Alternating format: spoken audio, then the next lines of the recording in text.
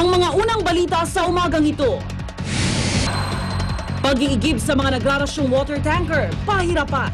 Pero mga residente, tinitiis ang kalbaryo sa pagsahod ng tubig. Pagkukumpuni sa mga tubong may tagas, minamadali na ng Maynilad. Tips ng Department of Health sa tamang pag-iimbak ng tubig. Alamin. Mga biktima ng sunog sa Barangay Vastra, Quezon City, nagpalipas na magdamag sa Ninoy Aquino Parks and Wildlife. Pagpapalipad ng isang donkey o asno sa Russia, umani ng batikos. At Lindsay Lohan, isinuko na ang sarili sa mga pulis para simulan ng kanyang sentensyang 3 buwang pagkakakulong. O pauli, tutok na sa unang balita. Magandang umaga, narito na mga unang balita.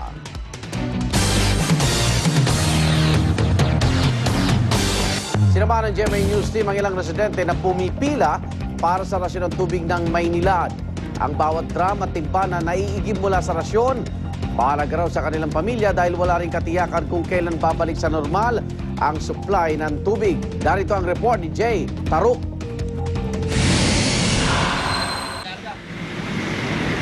Ito na ang ikalawang salok ng tubig ng water tanker na ito. Alas 6 pa lang ng umaga, nagpapamahagi na raw sila ng tubig.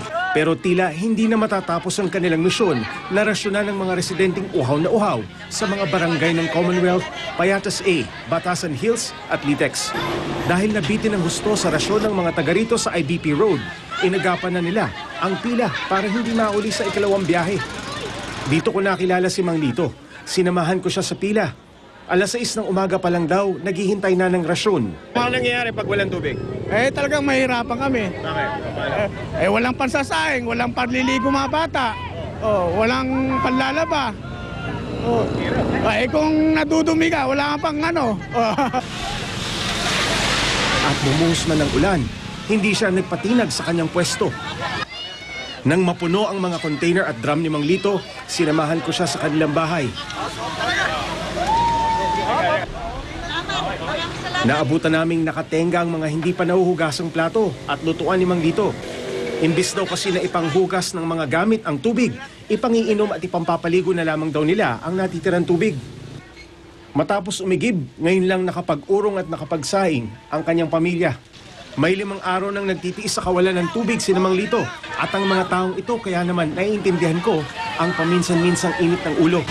Ang ginagawa pang kukunin yung balde, dadalang na naunahan. At lungkot na kanilang nararamdaman sa tuwing masisingitan sila sa pila. Sa 50 tao na inabutan namin sa pila, higit lang ng kaunti sa kalahati ang mapagbibigyan. Maghihintay na muli sa susunod na biyahe ng tanker. Pero wala silang magawa. Tiis na lang sa pila kaysa magtiis na walang tubig. Para sa unang balita, Jay Taruk reporting.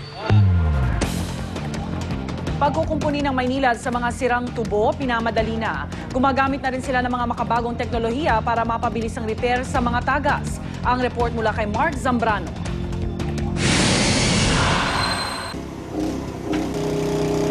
Sa Puresa, Maynila, inabutan pa ng GMA News ang kinukumpuning 750mm primary line na ito na nagdadala ng tubig sa mahigit 350,000 residente ng Sampaloc.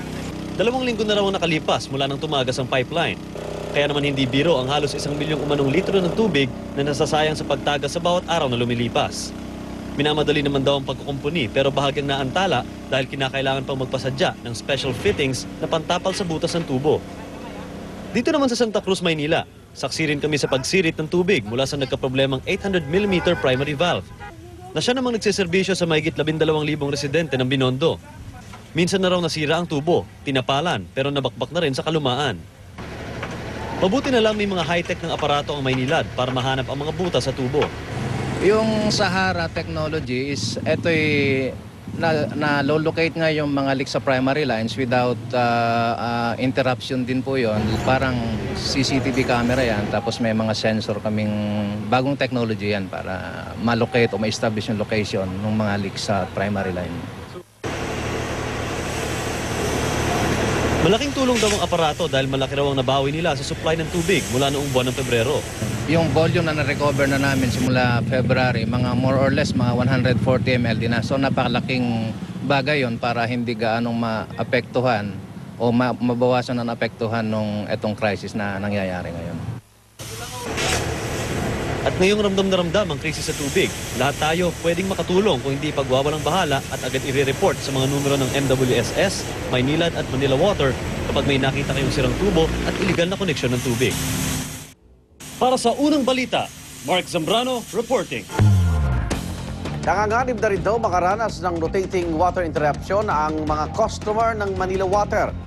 At kaugnay ng balitang yan, mausap natin live sa studio si Jeric Sevilla, Manager for Corporate Communications ng Manila Water. Jeric, good morning. Good morning Sir Igan at good morning sa mga nanonood sa atin ngayon. Kamusta yung supply nyo? Talaga bang magkakaroon na rin ng rotating water interruption yung mga customer ng Manila Water? Well, bagamat 24/7 pa rin tayo ngayon, sa monitoring natin ay may mga lugar na tayo na medyo humina na yung pressure at kabilang dito yung mga medyo matataas na lugar dito sa gawin ng Marikina, ng Pasig, San Mateo, ng Rodriguez, pati na Cainta, at dun sa pinakamalayong bahagi na siniserbisyuhan sa concession natin, itong Patero sa Taguig. So paano yung mungkahing tulungan nyo rin yung Maynilad? Well, tutulungan pa rin natin ng Maynilad. Ang katunayan niyan, kahapon ay nagsimula na tayong mag-deploy ng 10 water tankers para sa Maynilad na siya namang dinala nila dito sa gawin ng Project 8 at sa may mga congressional areas. So kahit na magkaroon kayo ng rotating water interruption, kaya niyong suportahan yung mga taga Maynilad service area?